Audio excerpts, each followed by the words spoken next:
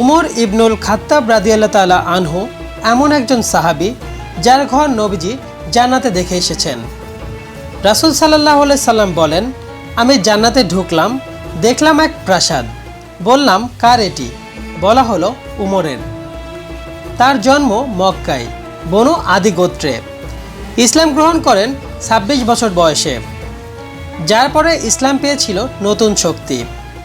তার বাড়ি ছিল মক্কার কাছে শিবে আবি তালিব এলাকায়, আর পরে মদিনায় হিজরত করে বাস করেন নবীজির মসজিদের কাছে। তিনি ছিলেন এতই ন্যায়পরায়ণ যে রাতেও ছদ্মবেশে বের হতেন মানুষের খবর নিতে।